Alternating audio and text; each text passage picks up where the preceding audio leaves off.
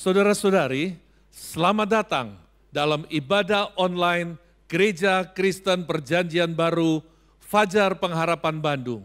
Dalam rangka kita merayakan ibadah Jumat Agung. Mari kita berdoa agar melalui ibadah Jumat Agung ini, hati kita semakin terbuka terhadap kehadirannya. Sehingga hari-hari yang akan kita lalui merupakan hari-hari di dalam penyertaan Tuhan yang penuh mujizat dan kemenangan. Mari kita semua berdoa bersama dengan saya. Tuhan Yesus, anak domba Allah yang menghapus dosa dunia, kami menyerahkan ibadah Jumat Agung ini ke dalam tangan-Mu. Hadirlah di tengah kami, jamahlah setiap kami dengan kuasa Roh Kudus dan firman-Mu. Baharuilah iman kami, serta alirkan kuasa mujizat dan kesembuhan-Mu.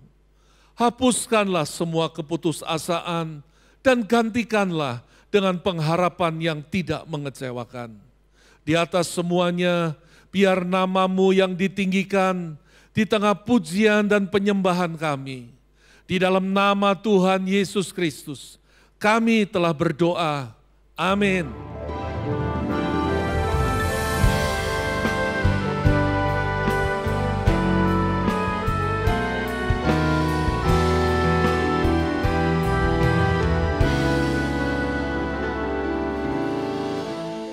Bersyukur Tuhan untuk pengorbanan-Mu. Oleh kuasa darah-Mu kami ditebus, kami diselamatkan. Oleh kuasa darah-Mu Kau telah tebus dosaku, kekudusan-Mu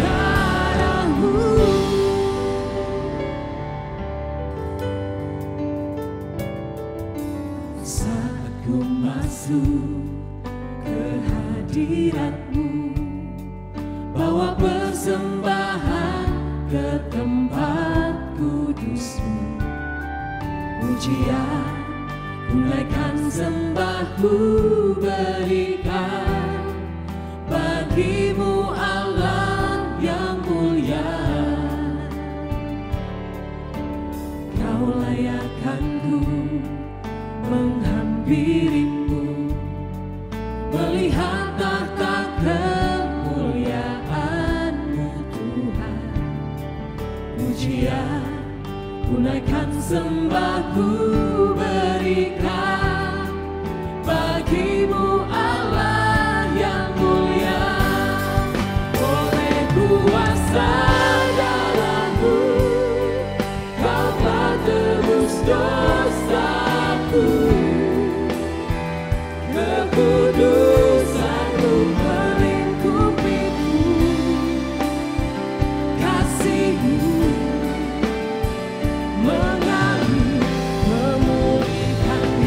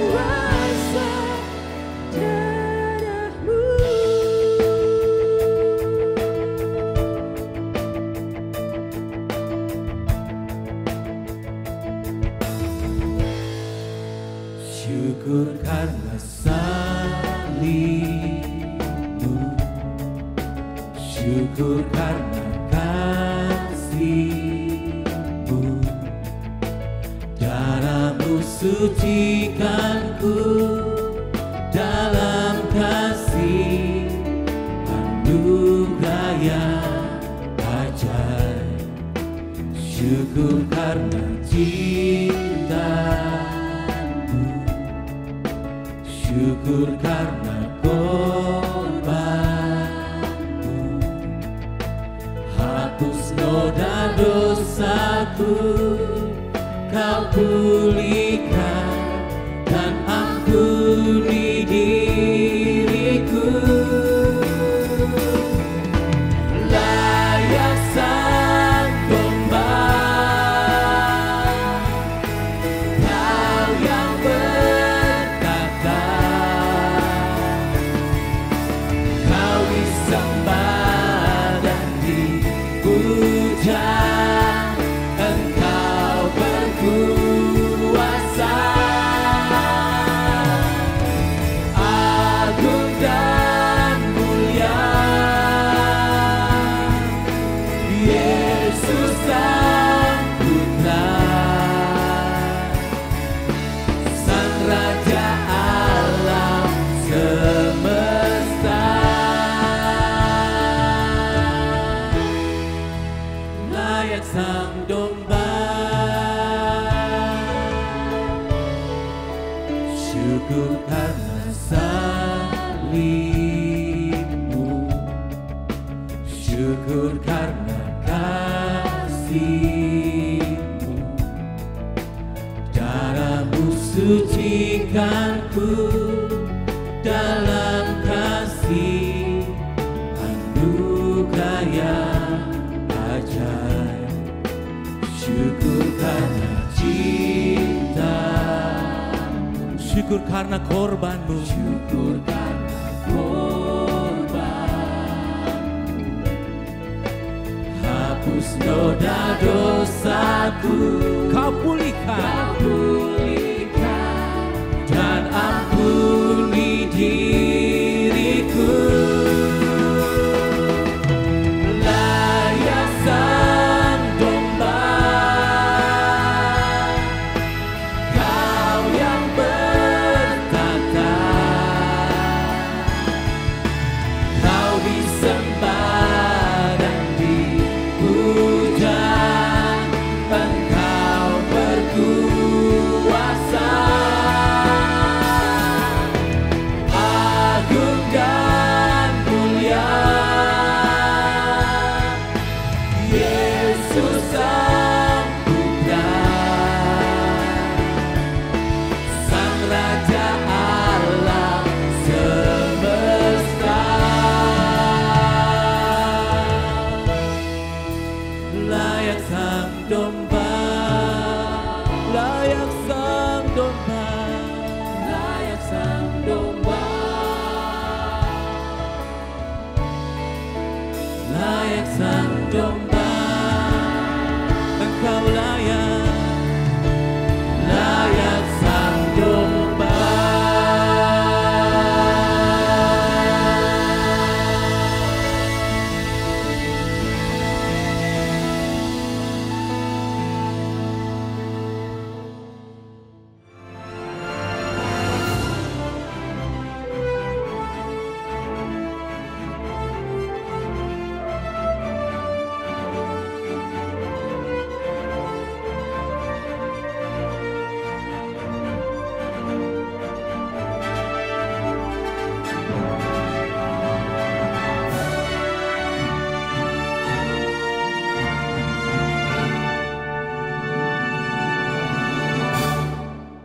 Di dalam hari-hari ini, salah satu pertanyaan yang sering diajukan orang, entah secara lisan maupun di dalam hati adalah, di manakah Tuhan di tengah penderitaan yang dialami oleh umat manusia, seperti yang sedang terjadi oleh karena wabah COVID-19 ini. Kalau Tuhan memang benar-benar ada dan hatinya penuh dengan kasih, mengapa ia membiarkan manusia menderita? Kalau Tuhan memang sungguh-sungguh ada dan ia penuh dengan kuasa, mengapa ia tidak segera menghentikan wabah yang sedang menimpa banyak orang, bahkan menimpa hamba-hamba Tuhan yang sungguh-sungguh mengasihi Dia. Di manakah Tuhan? 40 tahun yang lampau, pertanyaan yang sama pernah berkecamuk di dalam hati Harold Kushner, seorang rabi atau pemimpin agama Yahudi di Massachusetts, Amerika Serikat. Saya pernah menceritakan kisah kehidupan yang bersangkutan di dalam khotbah saya 4 tahun yang lampau. Pertanyaan tentang kasih dan kuasa Tuhan ini timbul dan memenuhi hati Harold Kushner sehubungan dengan penderitaan yang dialami oleh anaknya yang bernama Aaron. Ketika Aaron masih berusia 3 tahun, didapati bahwa ternyata yang bersangkutan mengidap kelainan genetis yang disebut sebagai progeria atau progeria. Orang yang mengidap kelainan genetis progeria akan mengalami penuaan secara dini dan berlangsung dengan cepat. Sebagai akibat, organ-organ tubuh dan syaraf yang bersangkutan mengalami kemerosotan dengan cepat sebelum waktunya. Usia mungkin masih 10 tahun, namun jantung, paru-paru, ginjal, dan organ-organ tubuh yang lain, serta syaraf-syaraf dari orang yang mengidap progeria, sudah sama seperti orang yang berusia 70 tahun. Artinya sudah merosot dan melemah. Sehingga walaupun Aaron dapat berpikir dengan normal, tetapi ia tidak dapat menggerakkan anggota-anggota tubuhnya. Di usia yang dini, keadaan jasmaninya sudah sama seperti orang yang uzur. Setelah melewati penderitaan yang sangat menyayat hati, akhirnya Aaron meninggal dunia di usia 14 tahun. Mendampingi putranya melewati penderitaan yang sangat berat tersebut, Harold Kushner yang adalah seorang pemuka agama Yahudi ini bertanya di dalam hatinya, apakah Tuhan sungguh-sungguh ada? Apabila Tuhan benar-benar ada, mengapa ia membiarkan anakku menderita sejak ia masih berusia 3 tahun? Di dalam perenungannya itu, Harold Kushner mengambil kesimpulan bahwa hanya ada 2 kemungkinan tentang diri Tuhan. Kemungkinan yang pertama yaitu bahwa Tuhan adalah pribadi yang berkuasa, namun bersifat kejam. Sehingga walaupun sesungguhnya ia mampu menolong manusia, tetapi dengan sengaja ia membiarkan manusia menderita. Kemungkinan yang kedua yaitu bahwa sesungguhnya Tuhan itu baik, namun kuasanya terbatas. Sehingga walaupun ia berniat untuk mencegah penderitaan dan bermaksud untuk menolong manusia, namun ia tidak berdaya untuk melakukannya.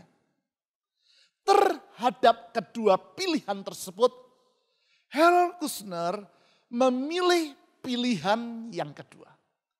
Ia memilih untuk meyakini bahwa sebenarnya Tuhan itu baik, tetapi kuasanya terbatas. Ia baik, sehingga ia ingin mencegah penderitaan agar tidak menimpa manusia dan bermaksud untuk menolong manusia yang sengsara. Namun karena kuasanya terbatas, sehingga ia tidak mampu untuk melaksanakan niatan hatinya.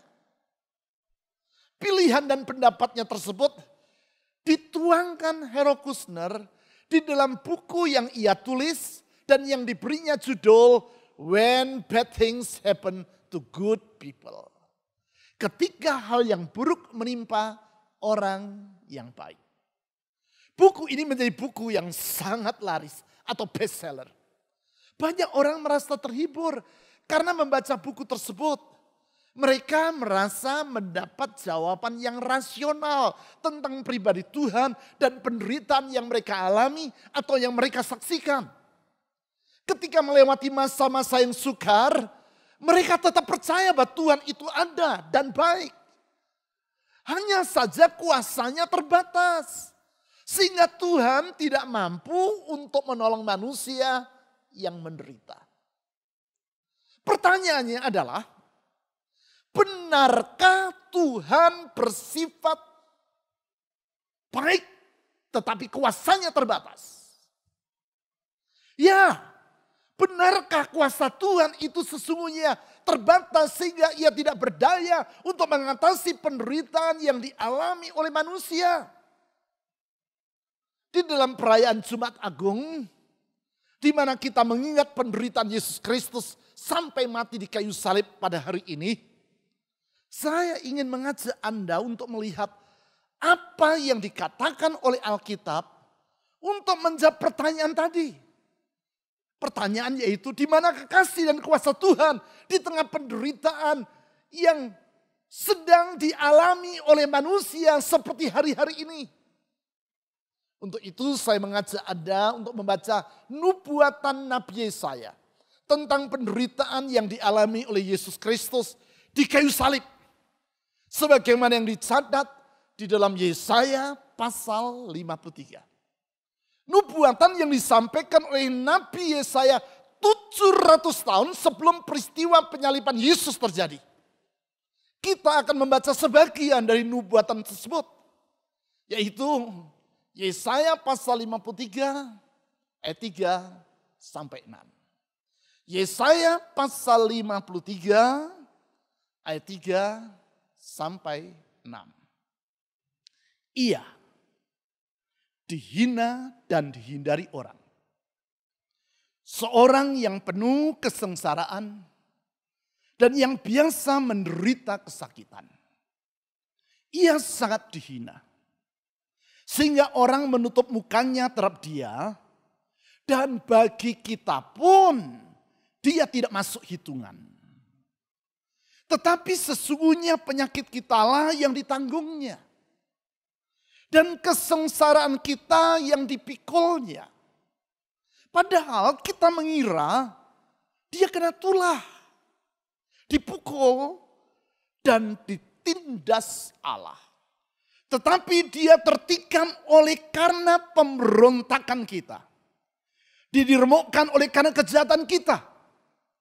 Ganjaran yang mendatangkan keselamatan bagi kita ditimpakan kepadanya. Dan oleh bilur-bilurnya kita menjadi sembuh. Ayat 6. Kita sekalian sesat seperti domba. Masing-masing kita mengambil jalannya sendiri. Tetapi Tuhan telah menimpakan kepadanya kejahatan kita sekalian. Saudara-saudari, melalui nubuatan ini kita dapat menarik 3 pelajaran tentang siapakah Yesus yang sebenarnya. Yesus yang dinubuatkan di dalam Yesaya pasal 53 ini. Yang pertama, Yesus adalah Mesias atau Kristus yang rela menderita. Kristus, pribadi yang diurapi untuk menjadi raja, namun rela menderita. Kerelaannya tersebut bukan hanya ditunjukkannya melalui kerelaannya untuk disalibkan. Memang penyalibannya merupakan puncak dari penderitaannya. Namun sebelum itu ia sudah mengalami berbagai macam penderitaan yang lain. Termasuk penderitaan yang ia alami oleh karena penolakan para pemuka agama Yahudi pada zaman itu terhadap dirinya.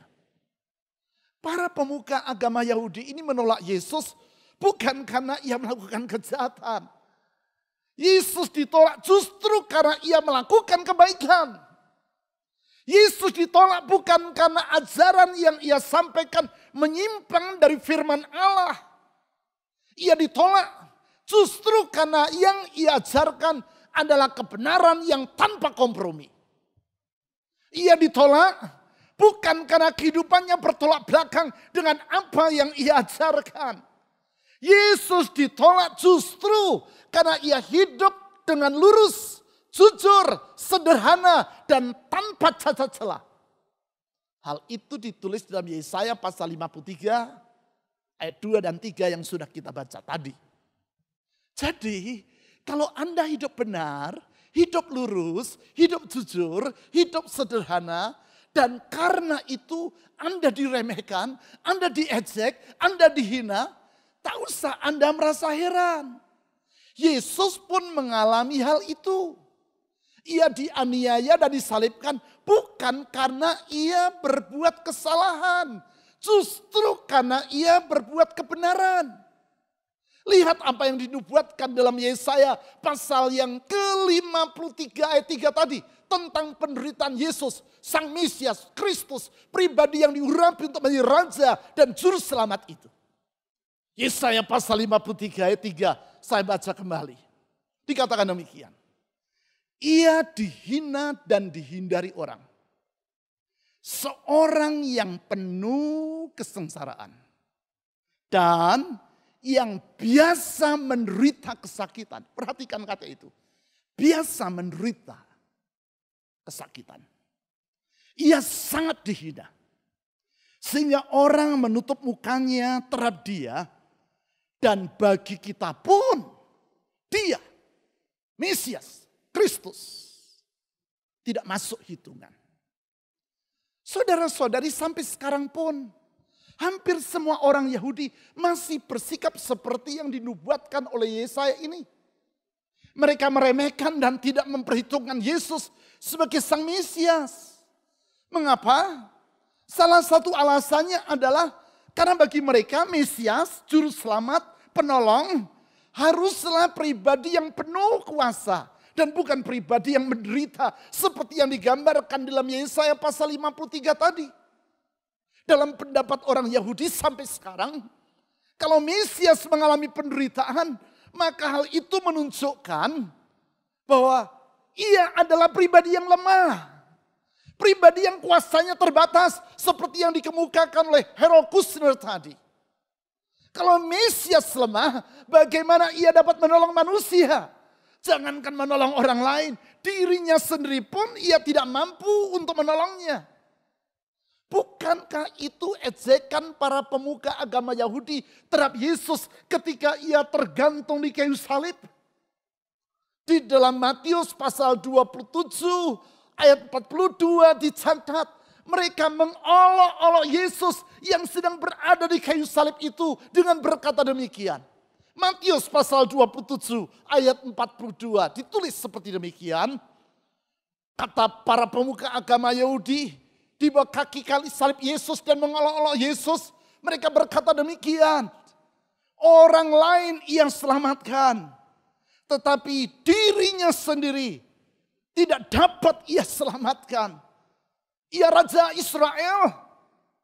Baiklah ia turun dari salib itu. Dan kami akan percaya kepadanya. Mereka, para pemuka agama Yahudi ini, tidak memahami bahwa kalau Yesus menderita, hal itu bukan karena kuasanya terbatas. Kalau Yesus menderita, hal itu bukan karena ia tidak mampu membebaskan dirinya dari kayu salib. Kalau Yesus menderita, hal itu bukan karena ia tidak berdaya sehingga ia tidak mampu meloloskan diri dari para pengawal bait Allah yang datang menangkap dirinya di Taman Getsemani. Kalau Yesus menderita, hal itu bukan karena ia lemah sehingga ia tidak mampu membebaskan diri dari para prajurit Romawi yang menganiaya dan mendera dirinya. Kalau Yesus menderita, hal itu adalah karena ia merelakan dirinya untuk mengalami kesengsaraan yang sesungguhnya tidak patut ia tanggung. Kalau demikian, mengapa Yesus merelakan dirinya untuk menderita? Yesus adalah Mesias yang menderita karena kasihnya kepada kita. Itulah pelajaran kedua yang dapat kita tarik dari nubuatan di dalam Yesaya pasal 53 tadi. Yesus menderita karena kasihnya kepada kita.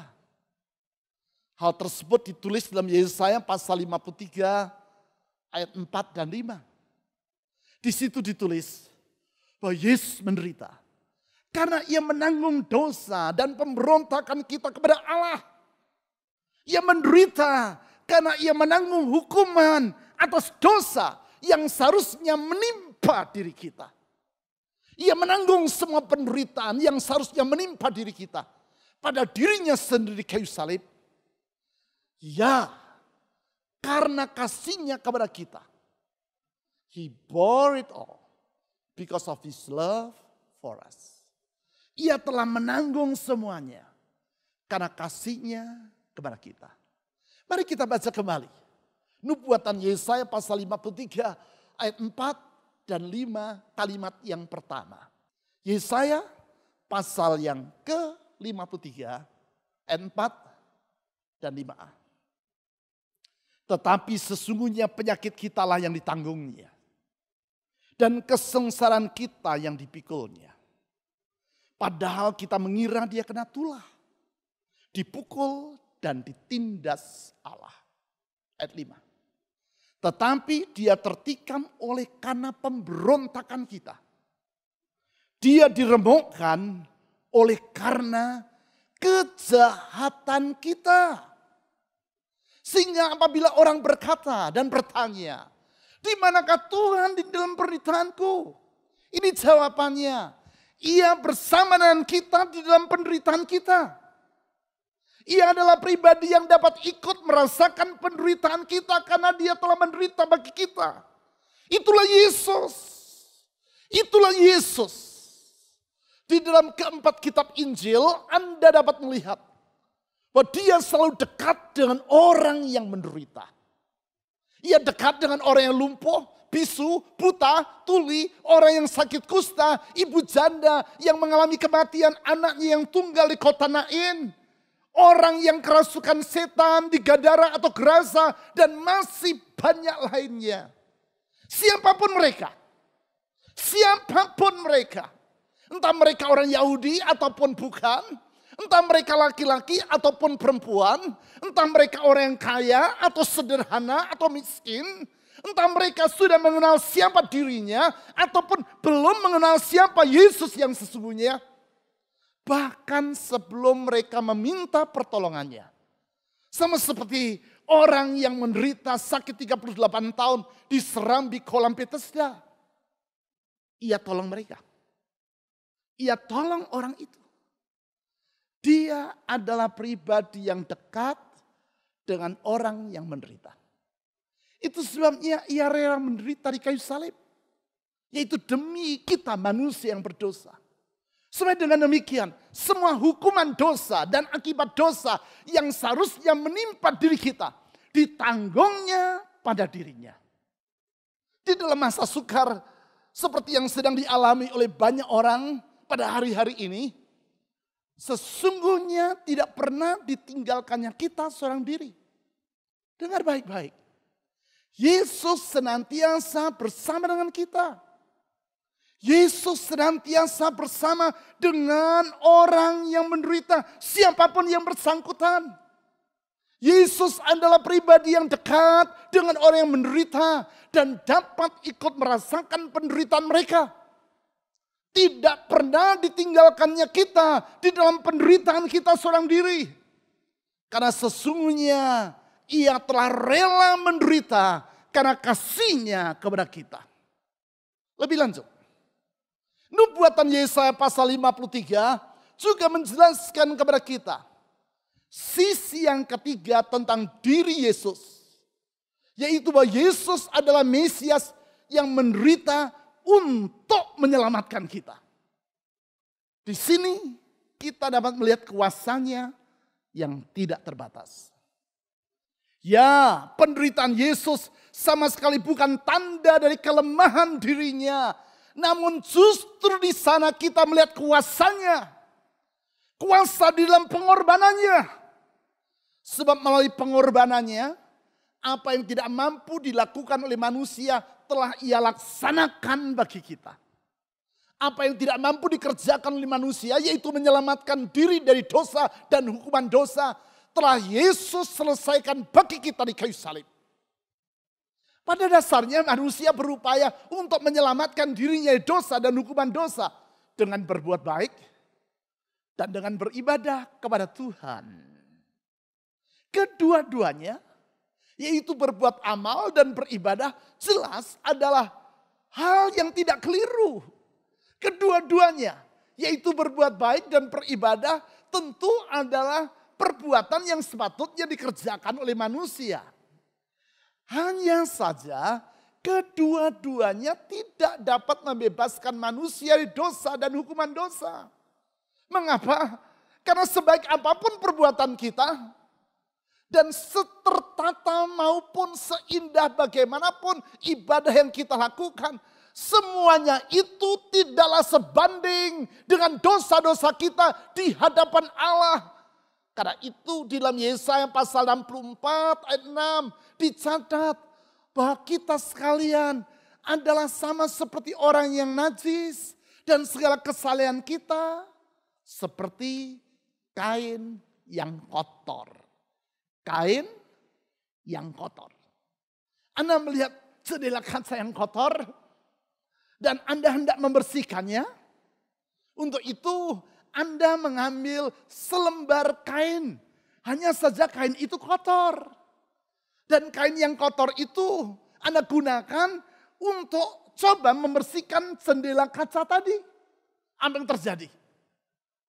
Jendela itu akan tetap kotor. Artinya apapun upaya Anda adalah sia-sia. Kalau usaha manusia sia-sia, pertolongan Tuhan dapat kita harapkan. Kalau manusia tidak dapat menyelamatkan dirinya sendiri, Yesus berkuasa untuk menyelamatkan mereka. Untuk itulah ia menderita sengsara, yaitu untuk menyelamatkan kita. Mari kita baca kembali Yesaya pasal 53 ayat 5 dan 6. Kita baca ayat yang kelima saja. Ayat yang kelima. Dikatakan demikian. Tetapi dia tertikam oleh karena pemberontakan kita. Dia diremukkan oleh karena kejahatan kita. Ganjaran yang mendatangkan keselamatan bagi kita ditimpakan kepadanya. Dan oleh bilur-bilurnya kita menjadi sembuh. Ya, ganjaran yang mendatangkan keselamatan bagi kita ditanggungnya oleh penderitaannya, yaitu oleh bilur-bilurnya. Kita menjadi sembuh. Saya baca ulang kalimat-kalimat terakhir dari Yesaya pasal 53 ayat 5 tadi. Saudara-saudari dimanapun saudara sedang ada, baca bersama dengan saya. Yesaya 53 ayat 5b, kalimat-kalimat yang terakhir. Baca dengan sedap hati, dimanapun Anda sedang berada saat ini. Di ruang keluarga kah, di dalam kamar Anda kah, dimanapun Anda sedang berada. Baca ayat-ayat ini bersama dengan saya. Yesaya pasal 53 ayat 5b. Katakan demikian bersama dengan saya. Ganjaran yang mendatangkan keselamatan bagi kita ditimpakan kepadanya. Dan oleh bilur-bilurnya kita menjadi sembuh. Oleh pengorbanannya kita diselamatkan dan disembuhkan. Kita diselamatkan dari dosa dan hukuman dosa. Relasi kita dengan Allah yang sudah rusak oleh karena dosa-dosa kita disembuhkannya. Hati kita yang terluka disembuhkannya. Relasi kita dengan sesama yang berantakan karena sikap egois dan kesombongan kita disembuhkannya. Masa depan kita yang kelam disembuhkannya. Ya, kehidupan kita yang seutuhnya, tubuh, jiwa dan roh disembuhkannya. Kasih dan kuasa Tuhan Yesus di dalam pengorbanannya menyembuhkan seluruh kehidupan kita. Singkat kata, apapun yang kita alami dan hadapi, kita tahu dengan pasti kasih dan kuasa Tuhan tetap untuk selama-lamanya. Oleh sebab itu apapun yang kita alami dan hadapi, ingat yang satu ini, slogan yang saya katakan, mari kita pegang sepanjang hari-hari yang sedang kita lewati ini. DBNO, DBNO, DBNO, down but not out. Satu, namun tidak tergeletak. Di dalam segala keadaan, kasihnya tidak pernah berubah. dan kuasanya tetap untuk selama-lamanya. Itu sebabnya kita tahu apapun yang terjadi di sekitar kita, kita dapat berkata DPNO, down but not out. Jatuh namun tidak tergeletak. Apapun yang sedang kita lewati, kita dapat berkata DPNO, down but not out. Jatuh namun tidak tergeletak. Apapun yang sedang menghadang hidup kita, kita percaya DPNO, down but not out. Jatuh namun tidak tergeletak. Kasih dan kuasa Kristus menopang hidup kita. Ia telah menanggung semuanya bagi kita. He bear it all for us. Alkisah, suatu hari seorang bocah melihat lengan kanan ibunya yang menunjukkan bekas luka yang parah. Bekas luka yang sebenarnya sudah lama ia lihat, namun selama ini tidak pernah ia tanyakan penyebabnya. Bekas luka yang sejak ia masih kecil, sejak ia masih bocah, dan mulai sadar akan dunia sekitarnya, telah ia lihat. Namun selama ini belum pernah ia mendengar cerita tentang penyebabnya. Jadi hari itu sang anak bertanya kepada ibunya, "Bu, apakah yang terjadi dengan tangan ibu itu?" Sang ibu bercerita, "Ketika engkau masih bayi, Nak, suatu hari rumah kita terbakar. Saat itu ibu sedang dalam perjalanan pulang dari pasar.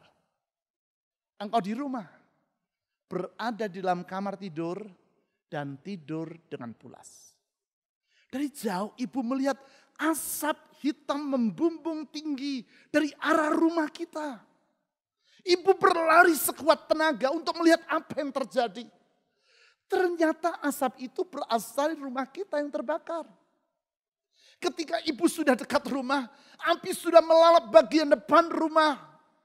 Ibu ingat engkau ada di dalam. Ibu berupaya untuk masuk dan menolong dirimu. Namun para tetangga kita memegang tangan ibu. Mereka bermaksud untuk mencegah agar ibu tidak usah masuk ke dalam rumah. Karena api sudah berkobar dengan hebat. Namun yang ada di dalam pikiran ibu hanyalah dirimu, Nak. Itu sebabnya ibu berontak dan melepaskan tangan ibu dari pegangan orang banyak tadi.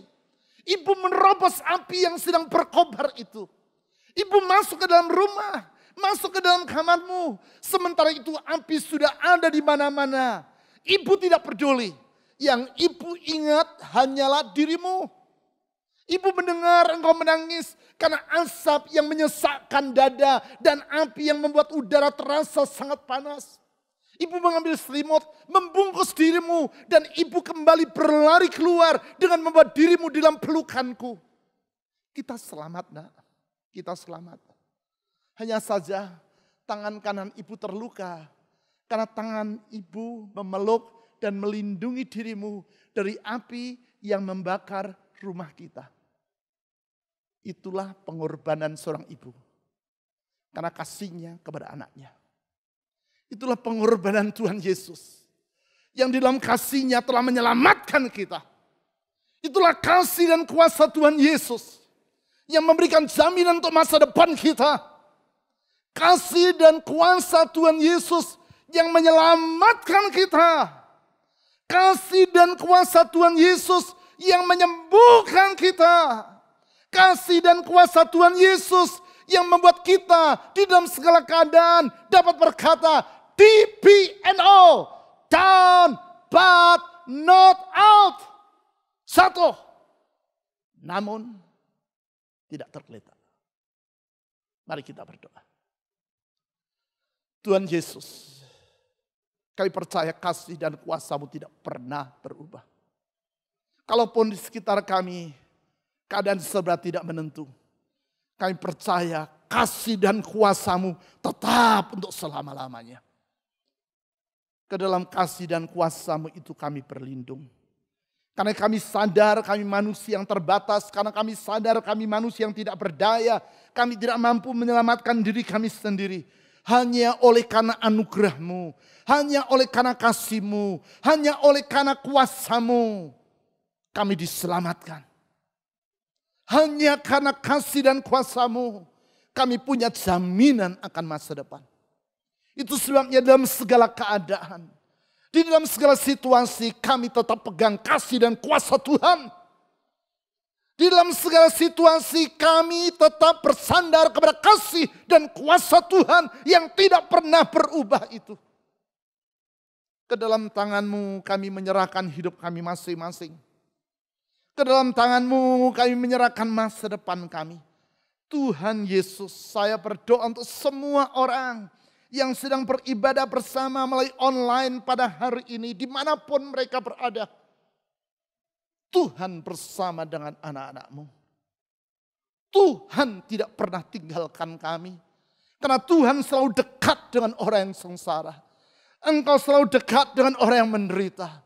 Itu sebabnya kami tahu ada pengharapan di dalam Tuhan Yesus. Ada pengharapan dalam Tuhan Yesus.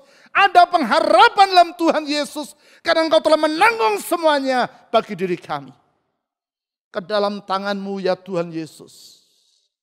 Saya mempercayakan semua orang yang berseru ke dalam kepadamu.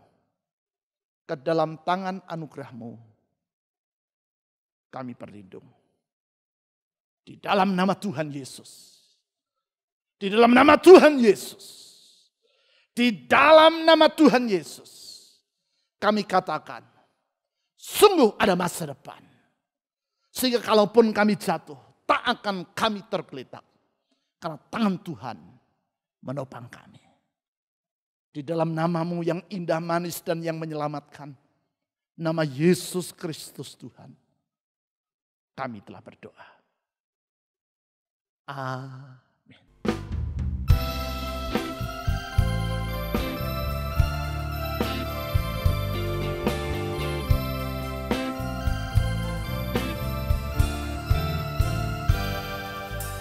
Meskipun tak kulihat tangan yang terpaku, meskipun tak kulihat kaki yang terpaku, meskipun tak kulihat mahkota durinya, namun ku percaya Yesus Tuhan penebusku.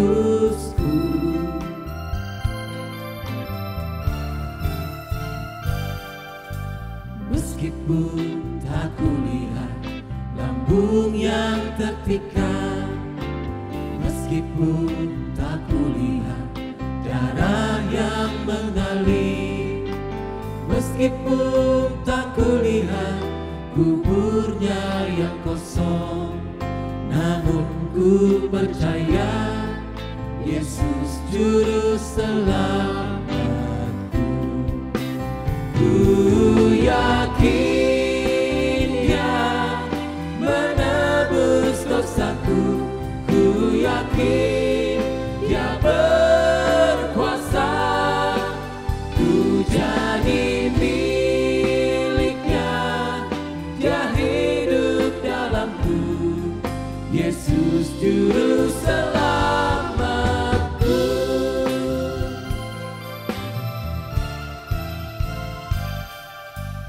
Meskipun tak kulihat lambung yang tertikam, meskipun tak kulihat darah yang mengalir, meskipun tak kulihat kuburnya yang kosong, namun ku percaya Yesus juru selamatku. Ku yakin Dia menebus dosaku, ku yakin Dia berkuasa, ku jadi miliknya, Dia hidup dalamku, Yesus juru selamatku. Ku yakin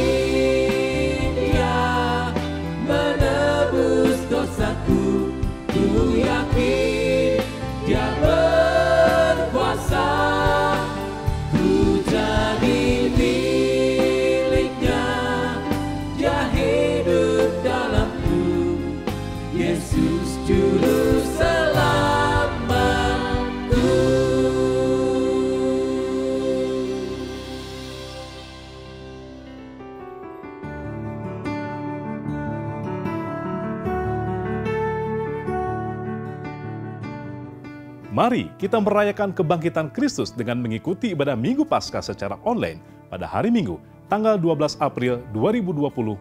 Karena itu, pastikan Anda mengikuti ibadah Minggu Paskah melalui website online church ataupun aplikasi online church atau aplikasi GKPB Fajar Pengharapan.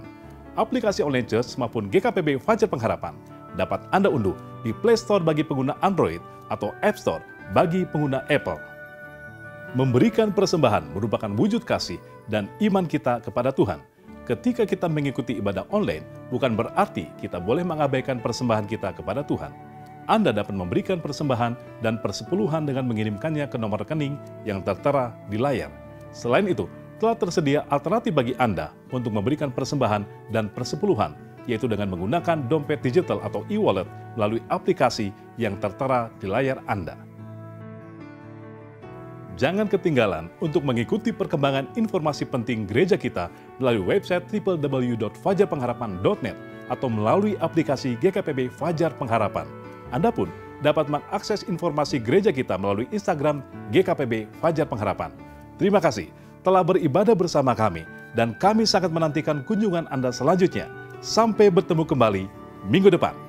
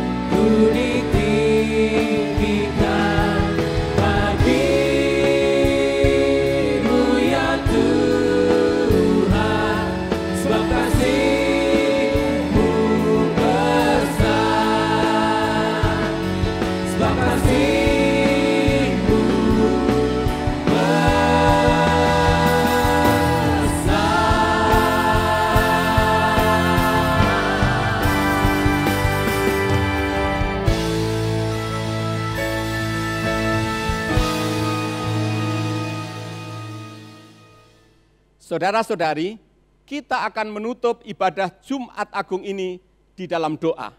Mari kita berdoa. Kami bersyukur kepadamu ya Tuhan, karena kami tetap dapat beribadah kepadamu untuk mengingat cinta kasih-Mu yang tak terukur atas hidup kami. Karena kasih-Mu, Tuhan Yesus telah datang ke dunia, menderita sengsara, bahkan mati di kayu salib.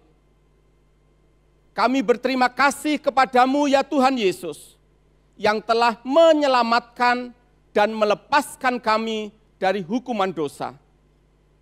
Karena anugerah-Mu, hidup yang kekal telah Engkau berikan kepada kami, sehingga hati kami penuh dengan sukacita dan damai sejahtera. Terima kasih untuk kebenaran firman-Mu yang telah menguatkan kami dan membuka mata hati kami untuk dapat melihat betapa besarnya rahmat-Mu di dalam kehidupan kami.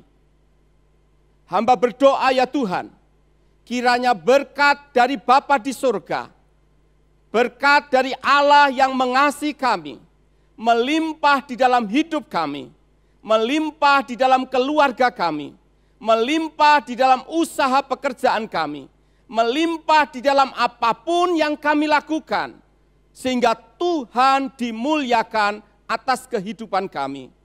Kami naikkan doa kami di dalam nama Tuhan Yesus Kristus. Amin.